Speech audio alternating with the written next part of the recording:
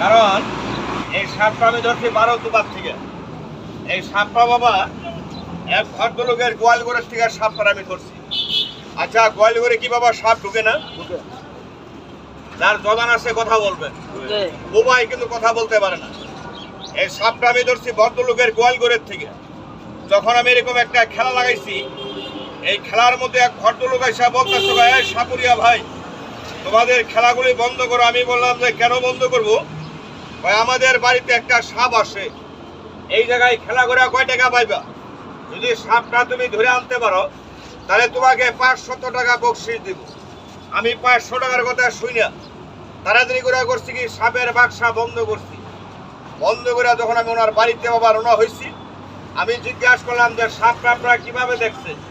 ভাই, আজকের থেকে 3 দিন আগে সাপ দেখি আমাদের গোয়ালঘরের ভিতরে গাভীর ঠ্যাঙের মধ্যে পেস্ট দিয়া ছোট পোলাবারের মতন চপচপ চপচপ চপচপ করে দুধ খাইতেছে।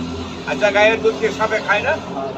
যখন দুধ খাইতেছে এই দিকটা ভদ্রলোকে করছে কি বাবা, লোকজন ডাক দিয়ে হয় আমার গোয়ালঘরের মধ্যে সাপ ঢুকছে, এই যে সাপ পেরে একটু লাঠি বাড়ি বাড়িয়া মারিয়া দিয়ে যাও।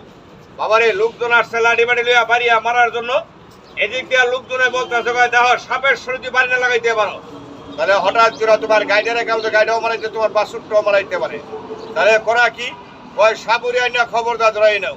যখনই বাবা ঠিক আমরা ওনাদের বাসায় গেছি, যাওয়ার পরে আমাদের দেখার পরে বলতেছে সাপুরিয়া ভাই, আজকে রাত্রে আপনার থাকতে হবে। আমি বললাম কেন? ওই সাপটা রাত্রে বেলায় আসে বেড়ির থেকে বাড়ি হইয়া। যখনই বাবা সাপটা রাত্রে বেলায় আসে, আমার এই করছি কি বাবা, গলিঘরের দরজার সামনে একটা জল চকি নিয়ে দিছে। আমার তো আর সারা রাত্রের মধ্যে ঘুম হয় না, বোঝা কোন সময় কানাস্তুর করে ধরবো আর কোন সময় টাকা 500 পাবো। দেখে বাবা রাইতে 3টার দিক দিয়ে সাপ করছে কি, অনেকের এই গোয়ালঘরের পিছনের দিকের মোটা মোটা স্মৃতি